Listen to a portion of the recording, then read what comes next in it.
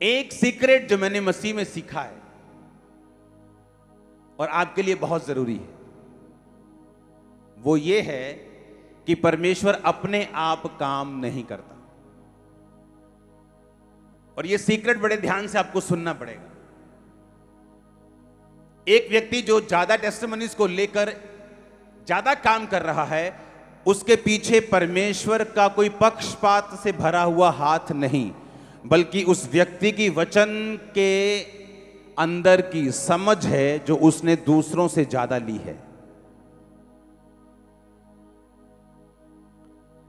अगर पतरस के अंदर वचन की समझ और रेवलेशन ज्यादा थी कि जब यीशु मसीह ने उससे पूछा चेलों से कि कौन हूं मैं, बताओ तुम क्या समझते हो कि मैं कौन हूं। पतरस, याकूब और यूहन्ना खास चेले थे। खास मतलब ऐसा खास नहीं कि परमेश्वर के खास थे, खास ऐसा कि प्रभु से ज्यादा प्यार करते थे। और जब बड़ा काम कोई करने होता था, 12 साल की जो बच्ची को परमेश्वर ने जी उठाया था, तो सिर्फ पतरस, याकूब और यूहन्ना को अंदर लेके गए और बाकियों को 9 को बाहर छोड़ दिया। जब परमेश्वर पहाड़ पे थे और उनका चेहरा चमका और कपड़े चमके, तब भी वो 3 चेले परमेश्वर के साथ थे, बाकी 9 नहीं थे। जब आत्मिक रेवलेशन आप में ज्यादा है, जब परमेश्वर ने पूछा मैं कौन हूं, तो चेले बोले कोई तुझे कहता है तू यर्मिया है, कोई कहता है तू एलिया है, तू एलीशा है, तू ये है, तू वो है। अच्छा पतरस, तुम्हें क्या लगता है मैं कौन हूं? तू जीवते परमेश्वर का पुत्र मसीह है। सुनो, बाकी चेले लोगों की भी सुनते थे, लोग क्या कहते हैं। साहब ना रहियो प्रभु दे नाल, भले पता कोई नहीं गा। और 3 जो थे उन्होंने पूरा दिल जान परमेश्वर को दे दिया था, जीना मरना परमेश्वर के साथ कर लिया था। और जब आप ध्यान से उनका रिजल्ट देखेंगे तो परमेश्वर ने कहा पतरस से कि तू एक पत्थर है, मैं तुझ पर अपनी कलीसिया बनाऊंगा। भविष्यवाणी के मुताबिक जो उन 12 चेलों का अगुवा था वो यहूदा इस्करियोती था, क्योंकि याकूब की पुस्तक में याकूब के उस बच्चों के ऊपर प्रोफेसी थी उत्पत्ति में कि यहूदा के पास राजदंड होगा। ध्यान से समझना इस बात को। और परमेश्वर ने यहूदा को पैसों की थैली दी थी, यानी उसे ट्रेजरर बना दिया था। मतलब क्या? उसे खजांची बना दिया था। खजांची इसलिए बनाया था कि जब यहूदा इनकी अगुवाई करेगा तो यहूदा को एक इंपॉर्टेंट, एक अच्छा स्थान दे दिया था कि यहूदा इनका अगुवा होगा, तो इसको अच्छा स्थान पहले से परमेश्वर ने दिया।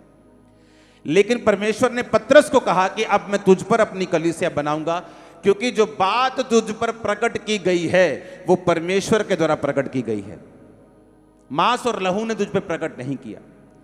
जब एक बंदे के अंदर आत्मिक रेवलेशन यानी आत्मिक बाइबल का प्रैक्टिकल ज्ञान बढ़ जाता है, एक ज्ञान है जो आप बाइबल कॉलेज में इकट्ठा करते हैं, एक ज्ञान वो है जब आप बाइबल कॉलेज के साथ साथ मिनिस्ट्री में प्रैक्टिकल काम करके परमेश्वर के साथ अपना रिश्ता बना के उस ज्ञान को इकट्ठा करते हैं। मैं उस ज्ञान की बात कर रहा हूं। एक है कि आपने बाइबल एक सब्जेक्ट के रूप में पढ़ी है, एक है आप सुबह शाम प्रार्थना में, फास्टिंग में प्रभु के साथ प्यार करते, तौबा करके बैठते हैं और आपको वचन से कोई चीज मिलती है, जिस तरह मुझे मिली थी जब मैं बीमार था। हे मेरे प्रिय भाइयों, हियाव बांधो, दृढ़ रहो, क्योंकि तुम जानते हो मसीह में की गई मेहनत कभी व्यर्थ नहीं जाती। 1 कुरिन्थियों 15 उसकी 58 में लिखा हुआ वो वचन मेरे लिए रेमा वचन बन गया कि परमेश्वर ने मुझसे आज बात की है कि अगर मैं मेहनत करूंगा तो मेरी मेहनत व्यर्थ नहीं जाएगी। उस वचन ने मुझे छुआ, मैंने मेहनत करने लगा। वो मेरे लिए आत्मिक ज्ञान था जिसने मुझे शारीरिक रूप में ब्लेस किया। आप समझ रहे मेरी बात को कि नहीं?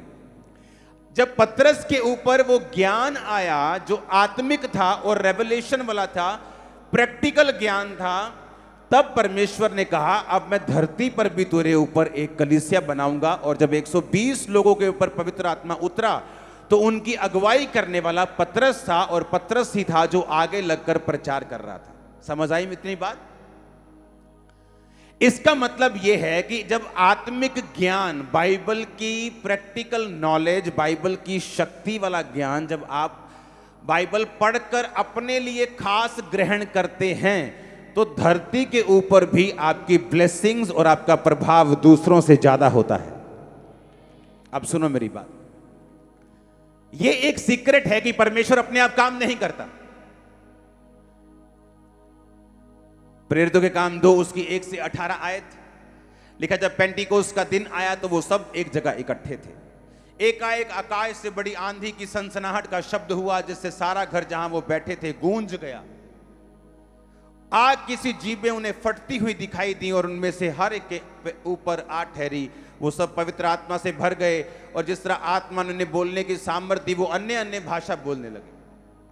अब लिखा कि पेंटिकोस्ट के दिन में वो सब एक जगह इकट्ठे थे। इकट्ठे क्यों थे? क्योंकि यीशु मसीह का वचन था कि तुम प्रार्थना करते रहना, यरूशलेम को ना छोड़ना जब तक प्रतिज्ञा पूरी ना हो। कौन सी प्रतिज्ञा?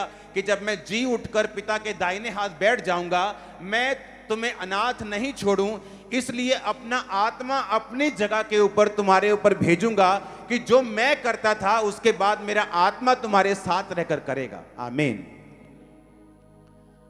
बाइबल कहती जब वो भीड़ हुई, जब पवित्र आत्मा उन पे उतरा तो वो अन्य अन्य भाषा बोलने लगे। और उस समय ऐसा होता है कि जैसे एक त्योहार होता है, जैसे कोई मेलों में जाता है, कोई बड़ा मेला हो गया, सारे धर्मों के लोग, सारे जातियों के लोग वहां पे आ रहे हैं। तो बाइबल कहती है जब 120 लोगों के ऊपर पवित्र आत्मा उतरा तो है तो पंजाबी लेकिन जर्मन बोल रहा है। जर्मनी आती नहीं, जर्मन भाषा नहीं आती, स्पेनिश नहीं आती, कभी स्पेनिश सुनी भी नहीं। लेकिन जो स्पेन से आया हुआ यात्री था, यीशु मसीह यहोवा के दर्शन करने के लिए आया था, वो देख रहा है कि यार ये बंदे तो पंजाबी हैं, कोई स्पेनिश बोल रहा है, कोई जर्मन बोल रहा है, कोई डच बोल रहा है, कोई अंग्रेजी बोल रहा है। ये क्या हो रहा है कि ये लगता है शराब पी है, लगता है इन्होंने, ये कैसे मेरी भाषा बोल रहे हैं। सबको लगता है कि मेरी भाषा। अरबी आया, अरबी कहता है ये मेरी भाषा बोल रहा है, जर्मन वाला बोलता है ये मेरी बोल रहा है, स्पेनिश कहता है ये मेरी बोल रहा है। और जब उनको पूछा गया कि तुम ये भाषा तुम्हें आती है? नहीं आती। जब पवित्र आत्मा उतरा, बाइबल कहती अन्य अन्य भाषा बोलने की उनको शक्ति मिली। तो क्या हुआ? उन्होंने कहा ये नशा करके बैठे हैं। और पतरस, बाइबल कहती है, उठा।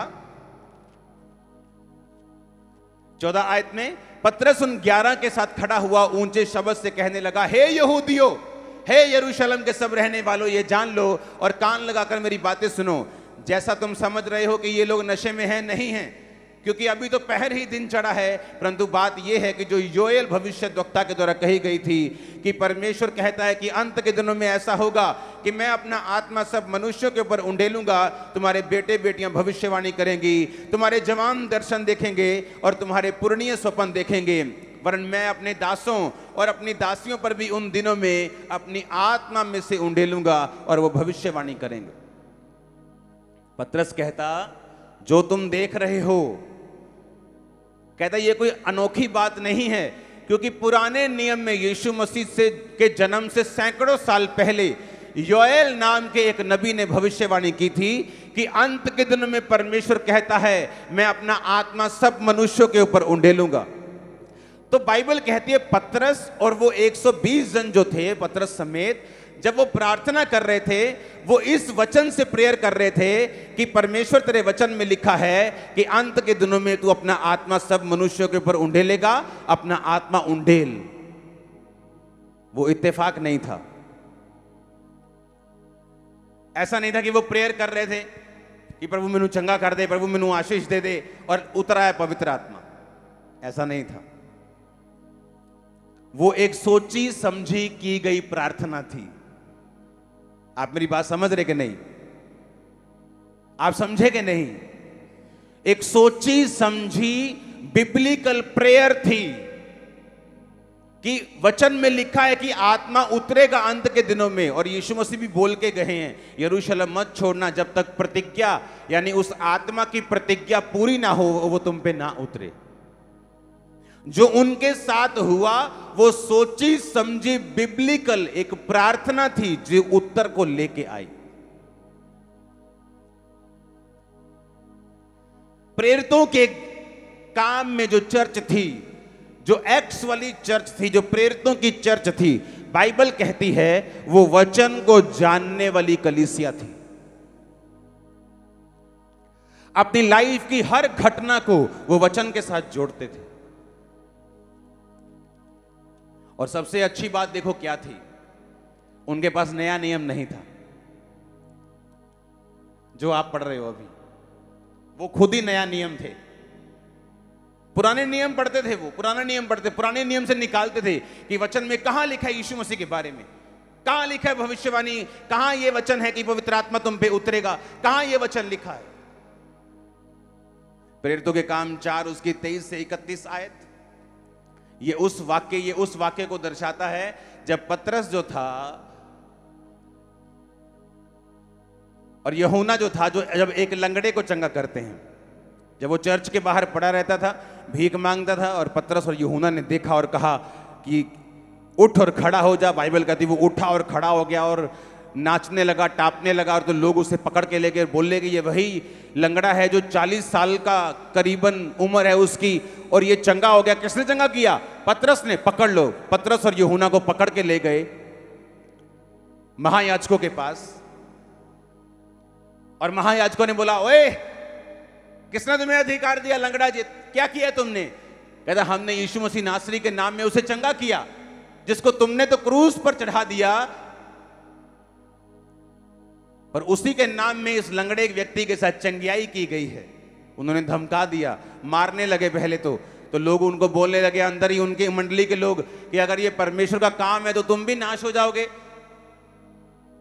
शैतान तो किसी लंगड़े को चंगा नहीं कर सकता, अगर परमेश्वर ने किया तो छोड़ दो परमेश्वर के ऊपर। बाइबल कहती जब उनको धमका कर छोड़ दिया गया, वो अपने साथियों के पास आए। वो छूटकर अपने साथियों के पास आए, जो कुछ प्रधान याजकों और पुरनियों ने उनसे कहा था उनको सुना दिया। ये सुनकर 4 की 24 आयत, उन्होंने एक चित्त होकर ऊंचे शब्द से परमेश्वर से कहा, हे स्वामी तू वही है जिसने स्वर्ग और पृथ्वी और समुद्र और जो कुछ उसमें है बनाया। तूने पवित्र आत्मा के द्वारा अपने सेवक हमारे पिता दाऊद के मुख से कहा, अन्य जातियों ने हुल्लड़ क्यों मचाया, देश देश के लोगों ने व्यर्थ बातें क्यों सोची। ये कहां लिखा है वचन? भजन संहिता में। कहां लिखा है ये वचन? और जब वो प्रेयर कर रहे थे तो अपनी लाइफ को कंपेयर कर रहे थे, कहां इस घटना के लिए वचन कहां लिखा है। भजन संहिता का वचन निकालकर कहते हैं कि अन्य जातियों ने हुल्लड़ क्यों मचाया, देश देश के लोगों ने क्यों व्यर्थ बातें सोची। प्रभु और उसके मसीह के विरोध में पृथ्वी के राजा खड़े हुए और हाकिम एक साथ इकट्ठे हो गए, क्योंकि सचमुच तेरे सेवक यीशु के विरोध में जिसका तूने अभिषेक किया, हेरोदेस और पिन्तुस पिलातुस भी अन्य जातियों और इजराइलियों के साथ इस नगर में इकट्ठे हुए, कि जो कुछ पहले से तेरी मति, तेरे सामर्थ्य और तेरी इच्छा से ठहरा था वही करें। हे प्रभु, उनकी धमकियों को देख और अपने दासों को वरदान दे कि तेरा वचन हम बड़े हियाव के साथ सुनाएं। चंगा करने के लिए अपने तू हाथ बढ़ा और चिन्ह और अद्भुत काम, साइंस एंड वंडर्स, जो इस चर्च का नाम भी है, तेरे पवित्र सेवक यीशु के नाम से किए जाएं। जो हमारी चर्च का नाम पड़ा वो इसी वचन से पड़ा है, पता है? इसी वचन से मैंने चर्च का नाम प्रभु से लिया था, the church of science and wonders.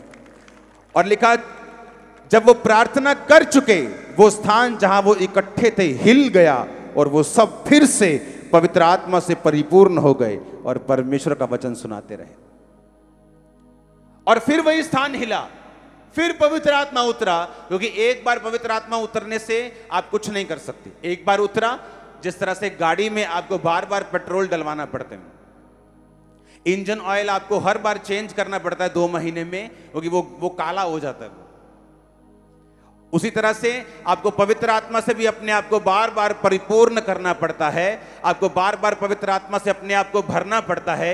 एक बार का एक्सपीरियंस काफी नहीं है क्रिश्चियनिटी में चलने के लिए।